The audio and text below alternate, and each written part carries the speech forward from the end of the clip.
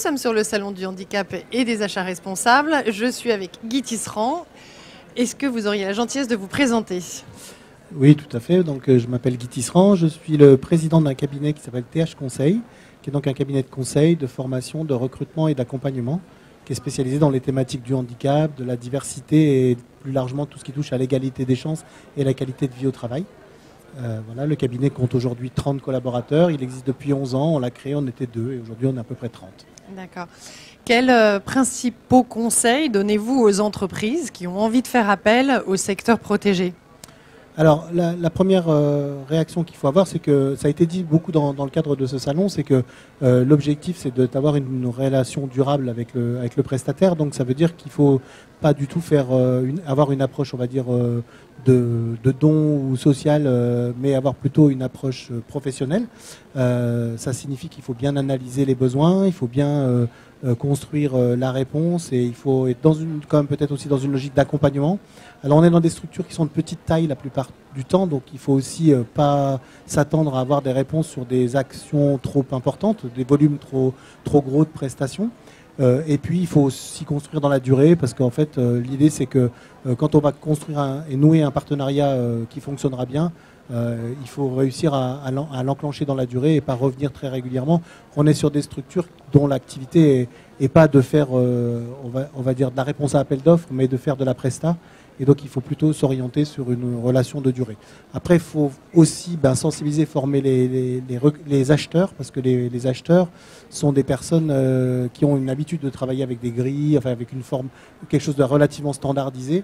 Et là, on est sur des petites structures, encore une fois, avec une relation qui peut être un peu particulière. On est parfois à la limite du médico-social sur les ESAT et pour les EA, on est plutôt sur de l'entreprise, mais il y a quand même des particularités à prendre en compte. Donc, ce qu'il faut, c'est aussi sensibiliser les acheteurs pour qu'ils fassent ça dans une logique de construction de partenariat. Je pense que c'est la logique de partenariat qui est importante. Alors, la formation des acheteurs, c'est une donnée assez nouvelle, en tout cas là sur le studio que j'entends. En quoi consiste-t-elle? Est-ce que vous pouvez préciser un petit peu? Alors, il y a deux grandes parties, à mon avis, dans une formation d'acheteur. La première, nous, quand on fait des formations d'acheteurs, on essaye toujours de le faire en 2 étapes.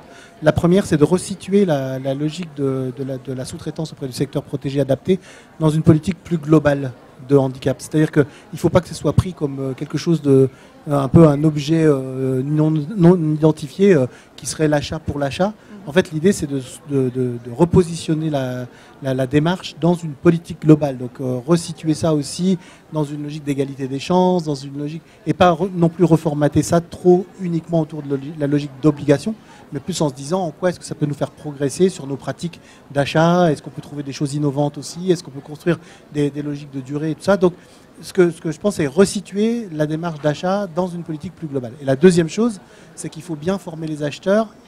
C'est un petit peu, là, on pourrait faire un parallèle avec le recrutement de personnes handicapées, puisque en fait, on est sur de la gestion sur mesure. En fait, on est un petit peu sur le terme de haute couture ou de sur-mesure et ça est plutôt bien adapté à ce contexte. C'est-à-dire on va être sur des prestataires qui vont avoir des pratiques peut-être et puis des façons de travailler qui vont être un peu particulières. Il faudra s'adapter. Donc l'idée c'est de sensibiliser et de former les acheteurs pour qu'ils soient en capacité justement de savoir bien comment collaborer, échanger, négocier aussi avec des ESAT-EA en n'appliquant pas peut-être uniquement les pratiques qu'on a l'habitude de faire au quotidien, mais de devoir construire une relation durable, donc en fait d'être capable de prendre en compte la spécificité un peu de ces structures qui s'inscrivent dans une logique plus de partenariat. TH Conseil est également une agence de recrutement. Est-ce que vous pouvez nous en parler? Alors, nous sommes un cabinet de recrutement effectivement dédié à la thématique du handicap. Donc là, pas spécifiquement pour recruter des personnes en ESAT-EA, c'est bien pour recruter des personnes en entreprise ordinaire. Et donc là, on a des entreprises, des clients qui nous sollicitent pour trouver des candidats qui correspondent en termes de compétences aux besoins qu'elles ont. Et également donc de pouvoir évaluer les besoins spécifiques de ces personnes parce que le handicap peut induire des besoins spécifiques de compensation et l'idée pour nous qui sommes des experts de cette thématique-là, c'est de pouvoir apporter à l'entreprise des réponses et pas des problèmes mais plutôt des solutions. Et puis pour les personnes handicapées, de pouvoir aussi mieux appréhender comment elles peuvent parler de leur situation en entretien de recrutement, sachant que la prestation pour les personnes handicapées elles-mêmes, c'est gratuit. C'est les entreprises étant les clients pour nous. et les personnes handicapées étant des bénéficiaires du dispositif. Donc s'ils s'inscrivent sur notre site, ils peuvent être accompagnés gratuitement. Très bien. Vous me disiez avoir créé cette agence il y a 10 ans maintenant. Vous avez vu le secteur se professionnaliser, s'organiser, à évoluer. Oui. Est-ce que vous pouvez nous en parler ? Oui, alors aujourd'hui, clairement, les freins qu'on rencontre ont quand même évolué par rapport à il y a un peu plus de 10 ans. C'est-à-dire qu'à l'époque, en 2005, on était vraiment sur des problématiques de freins très basiques, sur le stéréotype très basique du handicap, etc. Aujourd'hui, les choses ont beaucoup évolué parce que beaucoup d'entreprises se sont mises sur le sujet et que des sensibilisations, de la formation et de la culturation ont été réalisées.